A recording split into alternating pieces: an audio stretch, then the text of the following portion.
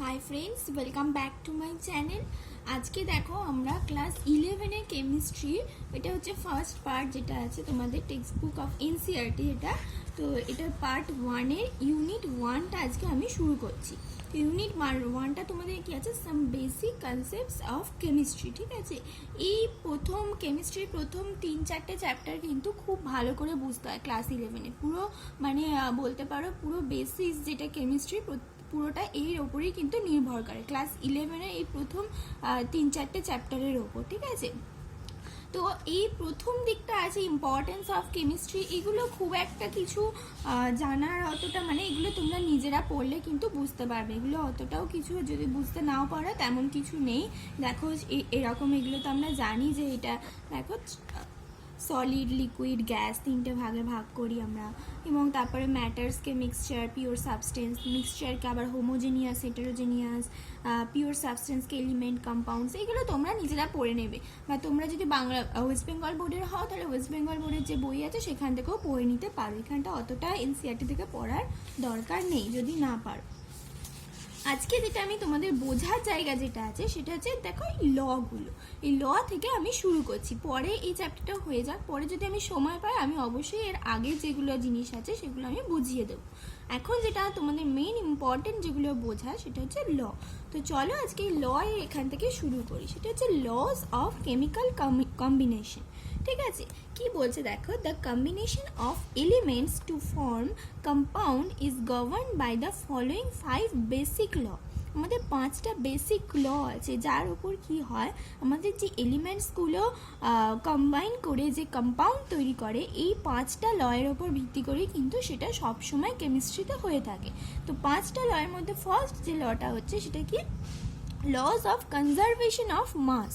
এটা কি হয়েছিল, এটা কোন সায়েন্টিস্ট বার করেছিল, সেটা হচ্ছে অ্যান্টনি ল্যাভাইসিয়ার। ইনি হচ্ছেন এই ল অফ কনজারভেশন মাসের এই লটা দিয়েছিলেন। তো সেই লটাতে কি আছে, it states that matters can neither be created not destroyed.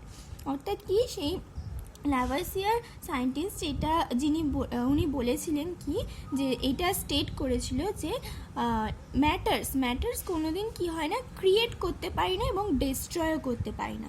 অর্থাৎ আমাদের ইউনিভার্সে যে পরিমাণ ম্যাটার্স আছে সেটা কিন্তু সবসময় থেকেই যায়, সেটাকে আমরা ক্রিয়েটও করতে পারবো না এবং ডিস্ট্রয়ও করতে পারবো না।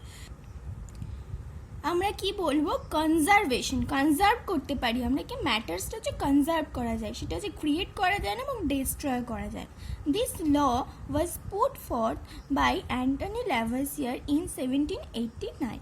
He performed careful experimental studies for combustion reaction for reaching to the above conclusion. অর্থাৎ উনি কি করেছিল, একটা কম্বাশন রিয়াকশন করেছিল এবং তারপরে দেখেছিল রিয়াকশনের আগেও যে পরিমাণ মাস ছিল রিয়াকশনের পরেও কিন্তু ঠিক সেই পরিমাণই মাস আছে। ঠিক আছে, এবং সেইটা থেকে ওই এক্সপেরিমেন্ট থেকেই তিনি এই স্টেটমেন্ট দিয়েছিল যে matters can neither be created not destroyed. This law formed the basis for several later developments in chemistry. এবং এই লয়ের উপর ভিত্তি করে কিন্তু কেমিস্ট্রির অন্যান্য পরবর্তীকালে যে ডেভেলপমেন্টগুলো হয়েছিল, ল্যাটার ডেভেলপমেন্ট, অনেক কিছুই কিন্তু এই লয়ের উপর ভিত্তি করে হয়েছিল। In fact, this was the result of exact measurement of masses of reactants and product and carefully planned experiment performed by Lavoisier. যেটা আমি বললাম যে রিয়াক্ট্যান্টের মাস এবং প্রোডাক্টের মাস দুটোই কিন্তু সেম দেখেছিলেন এবং তারপরেই উনি এই স্টেটমেন্টটা দিয়েছিল যে matters can neither be created not destroy. তাহলে তোমরা যদি বোর্ডের জন্য স্টুডেন্ট হও তাহলে তোমাদের কি মনে রাখতে হবে, যে ল অফ কনজারভেশন মাসের মানে এই স্টেটমেন্টটা মনে রাখতে হবে।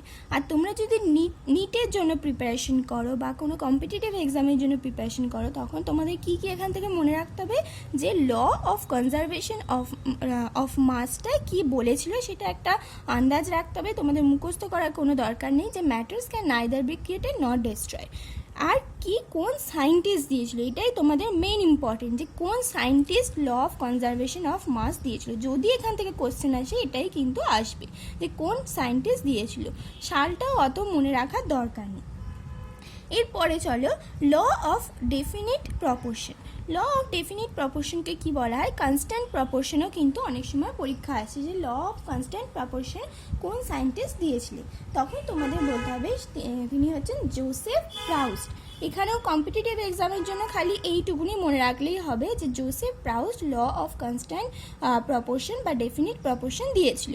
এবং আমাদের পরের জিনিসগুলো বোঝার জন্য আমাদের সেই মানে তিনি কি স্টেটমেন্ট দিয়েছিল সেটাকে নিজের ভাষায় মনে রাখতে হবে। কিন্তু তোমরা যদি বোর্ডের স্টুডেন্ট হও তাহলে তোমাদের কিন্তু পুরোটাই মনে রাখতে হবে কি স্টেটমেন্টটা তিনি দিয়েছিলেন। তো পড়া যাক। This law was given by a French chemist Joseph Proust. He stated that a given compound always contain exactly the same proportion of element by weight.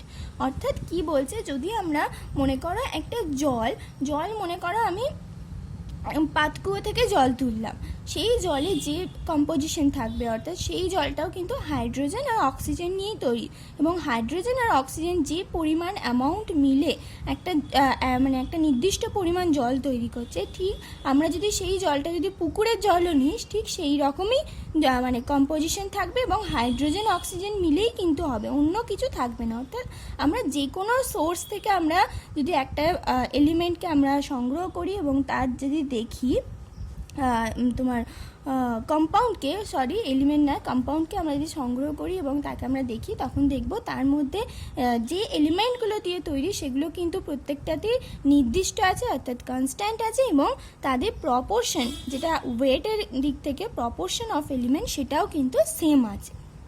এটাই Proust worked with 2 sample of cupric carbonate. তাহলে উনি কী করেছিলেন, cupric কার্বনেটের ওপর তিনি এক্সপেরিমেন্টটা করেছিলেন। যে এখানে দেখো ছক করে আছে যে ন্যাচারাল স্যাম্পল থেকে উনি কিউপ্রিক কার্বনেট নিয়েছিলেন, one of which was of natural origin and the other was synthetic one, অর্থাৎ আরেকটা নিয়েছিল synthetic sample. He found that the composition of element present in it was same for both the sample as শোন below. অর্থাৎ দুটো আলাদা আলাদা জায়গা, একটা হচ্ছে ন্যাচারালি আর একটা উনি তৈরি করেছিলেন ল্যাবরেটরিতে। দুটোর ক্ষেত্রেই কি দেখেছিলেন, পার্সেন্টেজ দুটোই হচ্ছে তোমার কপার, কার্বন আর অক্সিজেন নিয়ে তৈরি, ঠিক আছে। এবং প্রত্যেকটার হচ্ছে ওয়েটের পার্সেন্টেজ কিন্তু দেখো দুটোতেই কিন্তু সেম, দেখো দুটোতেই সেম। দুটো যে আলাদা আলাদা জায়গা থেকে নিয়েছে সেটা কিন্তু বোঝা যাবে না, ওর কম্পোজিশন এবং পার্সেন্টেজ মানে ওইগুলো দেখে কিন্তু কিছু বোঝা যাবে না যে দুটো আলাদা আলাদা জায়গা থেকে নেওয়া। এটাই হচ্ছে ল অফ কনস্ট্যান্ট প্রপোর্শন। অর্থাৎ সব জায়গায় যে কোনো একটা যদি কম্পাউন্ড নিই তার মধ্যে এলিমেন্ট কিন্তু সবসময় কনস্ট্যান্ট থাকবে এবং তার যে ওয়েটের প্রপোর্শন সেটাও কিন্তু সবসময় কনস্ট্যান্ট থাকবে। এর পরের পাতা আমাদের কি আছে,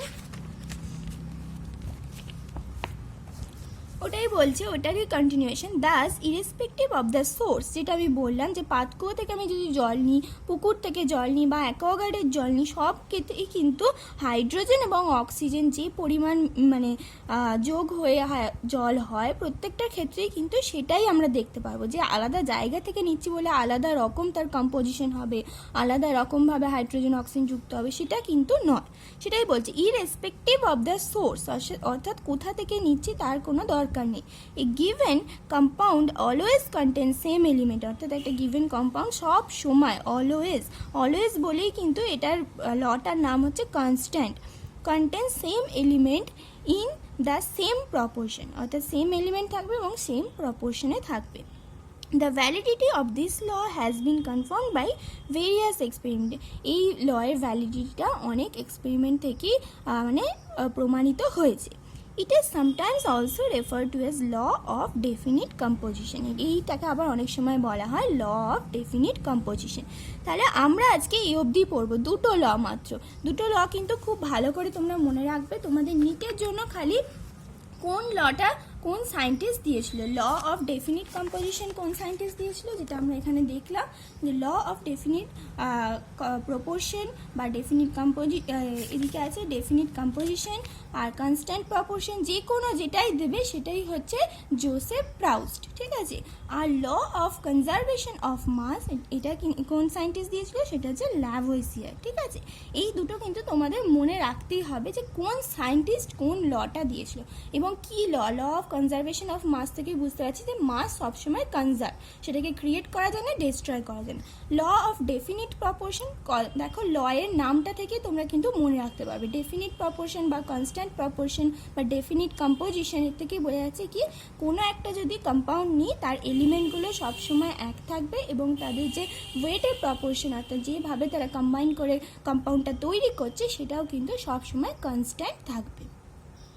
ওকে, তাহলে আজকে আমাদের এই দুটোই ল হলো। পরের দিন আমরা পরের যে 3টে ল আছে সেগুলো আমরা দেখব। ওকে, থ্যাংক ইউ।